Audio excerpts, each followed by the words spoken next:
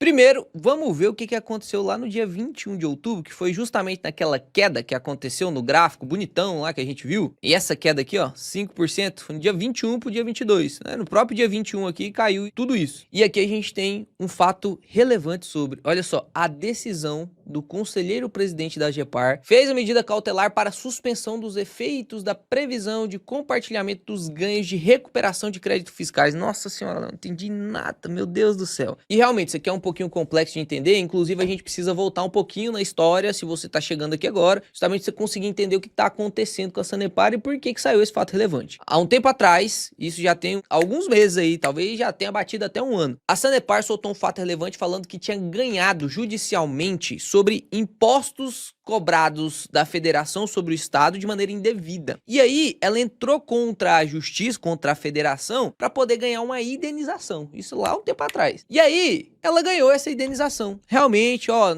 nós estávamos cobrando aí o imposto indevido de você, não fazia tanto sentido cobrar o imposto da União para poder cobrar do estado, então a gente vai te indenizar. Essa indenização chegou na casa dos 4 bilhões de reais. Muita gente se confunde aqui pensando que é 4 milhões. E 4 milhões de indenização realmente para a Sanepar não é nada. O resultado trimestral dela quando foi mal, que inclusive esse agora foi mal, a gente vai discutir sobre ele, foi 200 e poucos milhões, então 4 milhões não é nada. Por que então, Léo, que o pessoal tá falando que essa indenização é tão importante? E aí eu vou te explicar um negócio, você nunca mais esquece isso aqui, porque é feio isso, tá? É feio. Eu sei que às vezes você pode errar, só que tem problema que tem pessoas que ainda erram e ainda ficam tentando militar, né? Como que se escreve 4 milhões? 4 milhões é assim, ó, 4 milhões. Esse milhões aqui significa o quê? Ele é a abreviação de alguma coisa, não é? Ele é a abreviação de zeros. 4 milhões, se eu escrever 4 milhões assim, é a mesma coisa de matematicamente falando, eu escrever 4 milhões assim, ó. Vê se você concorda comigo. 4 mil, 4 milhões, não é verdade? Então, 4 milhões é a mesma coisa de escrever assim. O que tá escrito aqui, ó? Lê junto comigo. O que tá escrito aqui? 4.048 mil milhões. Matematicamente falando, então, vou até usar a telinha preta, ó. 4.048 mil milhões. O que significa isso aqui? Matematicamente falando, isso aqui, como que eu tenho que escrever? Os milhões aqui, você já sabe, ó. Milhões são 6 zeros. 6 vezes o zero. 4.048. E agora eu vou escrever o milhões aqui na frente, ó. 0, 0, 0, 0, 0, 0. Isso aqui é 4 milhões, galera? Não é, ó. 4 bilhões e 48 milhões. Por isso que a indenização foi absurda, porque representava basicamente 30% do PL, que é o patrimônio líquido da empresa. Basicamente isso. Representava de valor de mercado da empresa, na época que eu gravei o vídeo para vocês, uns 35%. Isso sim é uma indenização importante. 4 milhões não é nada. 4 bilhões é. Então, quando você olha aqui, isso aqui não é 4 milhões, tá? Isso é 4 bilhões, beleza? Dito isso, eu gastei até mais tempo do que deveria só para te explicar isso. Inclusive, esse dinheiro dos 4 bilhões já caiu no caixa da Sanepar. Já caiu no caixa da Sanepar. Tanto que tem muita gente que falou que essa alta da Sanepar que aconteceu neste ano aí foi justamente devido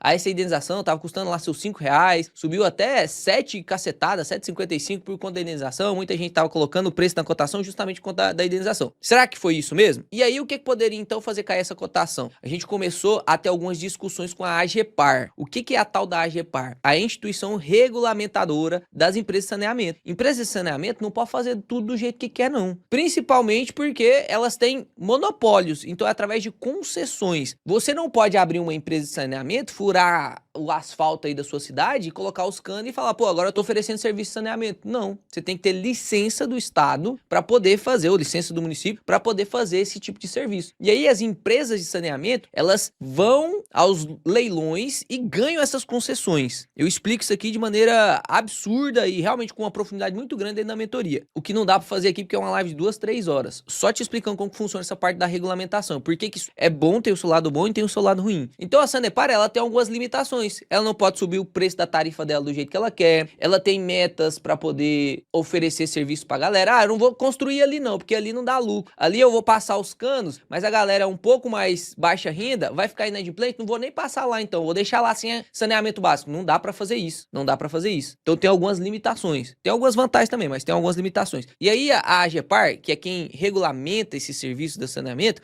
falou assim, ó, Sanepar, esses 4 bilhões de indenização que você vai receber, você não vai poder utilizar eles. 75% desses 4 bilhões, ou seja, 3 bilhões, vão ser utilizados para poder, de maneira bem didática, reduzir a conta de água da galera. Porque quem que pagou imposto? O imposto quem pagou foi repassado para as contas de quem paga água. Então, se você pagou mais imposto, Sanepar, na verdade, lá no seu consumidor, ele estava pagando mais imposto também. Então, eu não acho justo, isso é a União falando, né? A Federação falando para a Sanepar. Eu não acho justo te dar uma indenização onde você vai utilizar esse dinheiro. Você tem que converter isso em benefício para o consumidor. Concorda? Isso é uma discussão que sempre acontece nessas empresas regulamentadas, energia, saneamento, enfim. E aí ficou definido, então, que desses 4 bilhões aqui, 3 bilhões seria justamente para poder diminuir as contas de água dos consumidores. Ia sobrar 1 bilhãozinho para Sanepar. E a galera já tava feliz. Por quê? Porque isso aqui é 10% do market cap. Imagina se esse 1 bilhãozinho virar dividendo, ou quitar dívida, ou usar para capex. Então, ia melhorar muito a empresa. O acionista tava feliz com isso aqui. E aí, saiu no dia 22, agora a gente chega no dia 22, essa decisão. Vou reler ela junto com você. A decisão do conselheiro presidente da AGEPAR foi a adoção da medida cautelar para suspensão dos efeitos de previsão de compartilhamento de ganhos com a recuperação de créditos fiscais. Falando assim, ó, Sanepar, talvez esses 4 bi aí, você não vai ter nada. Nem os 25% que era para ficar para você, você não vai ter mais. E aí tá nesse processo ainda, a gente não sabe o que vai acontecer. Ainda tá acontecendo e a Sanepar falou, não, eu quero usar mais do que 25. A União falou, não, pô, nem 25 você pode usar. Então a gente tem 3 cenários aqui. A gente tem o cenário em que a Sanepar vence o processo e aí a indenização que vai ficar para ela vai ser mais do que 25%. Tem onde a Sanepar perde o processo e vai ficar menos do que 25%, ou seja, até pode chegar aqui a 0% da indenização. E tem o cenário que teoricamente é o que mais provável de acontecer, que é o que fica igual, que Sanepar use realmente os 25%. Já aconteceu inclusive isso aqui outras vezes e a gente viu as empresas perdendo, não podendo usar nada. Então eu já falo para você não contar com a galinha e o ovo, aquele ditado bem famoso de Goiás que eu não posso recitar aqui mais, que a princesa danou comigo. Ou seja, a galera ficou triste e bateu no papel aqui. E logo no dia 6, aqui ó, logo no dia 6 saiu o resultado. Então vamos ver o que aconteceu no resultado. Outra coisa importante também que aconteceu com o Sanepar é um comunicado, né? Não chega nem a ser um fato relevante, mas é interessante você saber que a BlackRock, que é uma das maiores gestoras de patrimônio do planeta, comprou Sanepar. E hoje ela tá aí com 5,2% das preferenciais da companhia. Ou seja, BlackRock tava lá comprando Sapri 4 no dia 17 de outubro, mais ou menos esse preço aqui, ó, R$7, 7 e pouco. E além desse comunicado, teve um outro que eu achei bem interessante. Olha só, a Sanepar, ela tá realizando em conjunto estudos e tratativas com essa Acciona Água aqui, para poder eventual participação via consórcio de concorrências públicas de saneamento no Brasil, desde que seja verificado conveniência e oportunidade. O que significa dizer isso aqui? Ela fez um acordo com essa outra empresa e que ela pode, se for conveniente, se for realmente vantajoso, concorrer com concessões fora do Paraná. Ou seja, será que a Sanepar Zona vai deixar de ser Sanepar igual a Transmissão Paulista deixou de ser Paulista e agora é Isaê? Sei lá, vamos ver, será? Se for vantajoso para a empresa, vai ser legal demais para nós que somos acionistas também. Então agora entrando no relatório, inclusive depois vou discutir com vocês sobre a Sapri 11, que mudou a taxação, né, como que funciona a isenção. Agora eu vou te mostrar uma coisa bem legal dentro do estatuto da empresa, mas vou deixar isso para o final para a gente falar sobre os resultados agora. Se a gente pega os destaques do terceiro trimestre aqui de Sanepar, a gente tem uma margem EBITDA que caiu, a gente tem que entender o porquê que essa margem EBITDA caiu, a gente tem um lucro líquido que despencou 34%. O que será que aconteceu? Pô, o Léo falou que cotação segue lucro. Por que que no dia 6 saiu o resultado, o lucro caiu 36% e mesmo assim a ação subiu 1%? O que aconteceu, Léo? Por quê? Normalmente a cotação segue lucro, não é, Léo? É, normalmente a cotação segue lucro. Se o lucro tá subindo, a cotação vai subir. Se o lucro tá caindo, a cotação vai cair. O que será que aconteceu? Vamos entender. A dívida líquida sobre a EBITDA da empresa despencou para 0,5 vezes, estava em 1,7, então caiu pra caramba. Fizemos muito mais investimentos, 52% a mais de investimento e a receita líquida cresceu 4,6%. Aqui a gente tem a DRE e ó, a gente consegue ver que no terceiro trimestre de 2025 aumentou a receita